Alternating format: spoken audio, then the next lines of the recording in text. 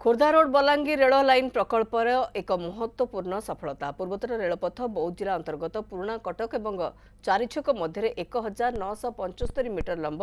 Tunnel निर्माण कार्य को सफलतार सहित समाप्त करा जायछि। ए अंचल में रेल संजोगर संप्रसारण और उन्नति पाई चालू रहितबा प्रयास रे यह एक गुरुत्वपूर्ण पदक्षेप बोली विवेचना करा जायछि। ओडिशा रे प्रमुख भित्तिभूमि प्रकल्पर ठीक समय समाप्त करने पई रेल मंत्रालय गुरुत्वारोप कर आसुछि, जहाद्वारा राज्यर विकास को प्राथमिकता भित्तिरे त्वरान्वित करा जाउछि। Khordha road Balangir rail line हेउछि एहिपरि एक प्रकल्प जहा संजोग को वृद्धि करने एवं एही अंचल रे अर्थनैतिक अभिवृद्धि पाई लक्ष्य रखा जायछि।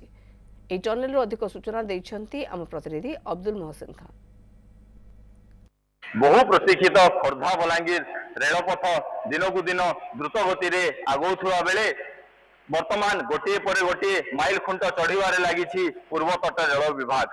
रेल विभाग पक्षर बौद्ध जिला एवं नयागढ़ जिले में 7 गोटी टनेल निर्माण करा जाउछि।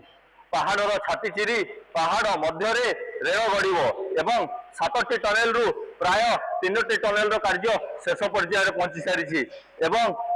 मार्दिंग ठारे बौद्ध जिलार मार्दिंग ठारे जहाँ रही गोटे टनेल 315 मीटर एवं अन्यटी 317 मीटर जार कार्य संपूर्ण भाव में समाप्त होता बेले गतकाली बौद्ध एवं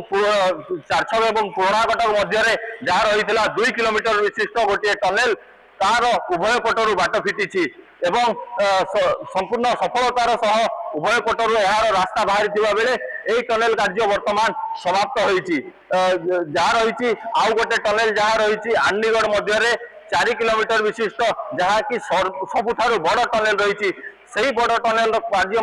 द्रुत गति में आगे चली। वर्तमान बौद्ध जिले में जहाँ रेलपथर स्थिति देखा गले गतकाली एठारे टनेल उद्घाटन करते जे रही पूर्वतट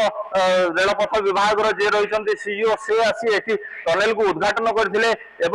टनेल दीर्घ 2 किलोमीटर विशिष्ट टनेल रही आप देखिपे टनेल कार्य किपरि भाव में होती कैमेरा पर्सन को कहि आप देखा चाहिए टनेल कार्य किभली भाव में होती द्रुत गति में टनेल कार्य समापन कौन सी बाधा विघ्न सृष्टि न हो टनेल को संपूर्ण भाव में किभली भाव समाप्त कर दिन राति एक कर ठिका संस्था एवं जहाँ कर्मचारी रही सेमाने आसी यही टनेल को संपूर्ण भाव में देखु 2 किलोमीटर विशिष्ट टनेल जहाँ रही संपूर्ण होती एवं जहाँ खोर्धा रोड बलांगीर रेलपथर जहाँ रही 303 किलोमीटर दे खोर्धा रोड रु बलांगीर पर्यंत रेलपथ व्यापी जहाँ कि 183 किलोमीटर पर्यंत रेलपथ वर्तमान समाप्त हो जाइए नयागढ़ जिले में जहाँ रही 3टी टनेल कार्य जोरसोर से चली रही बेले बौद्ध जिलार 4टी टनेल रु 3टी टनेल कार्य वर्तमान सरी जाइए चतुर्थ टनेल जहाँ रही आंडीगढ़ ठारे जहाँ रही चतुर्थ टनेल जहाँ कि 4 किलोमीटर विशिष्ट ताहार कार्य द्रुत गति में आगे चली यथाशीघ्र यही वर्ष शेष सुधा से टनेल को खोल पूर्वतट रेलपथ विभाग पक्षर गोटे संकल्प जारी कर अनुसार दिन राति एक कर काम कर बौद्ध जिला को गत किछि दिन तले ट्रायल रन भाव में इंजिन ट्रायल रन भाव में आसी बौद्ध शहर को छुईवा बेले जहाँ रही बलांगीर ठारू झारमुंडा 77 किलोमीटर रेल प्रकल्प काम वर्तमान सरी जाइए समस्त प्रकार इंजिन ट्रायल हो कि रनिंग ट्रायल हो समस्त प्रकार कार्य सरी जाइए जहाँ रही आगामी दिन में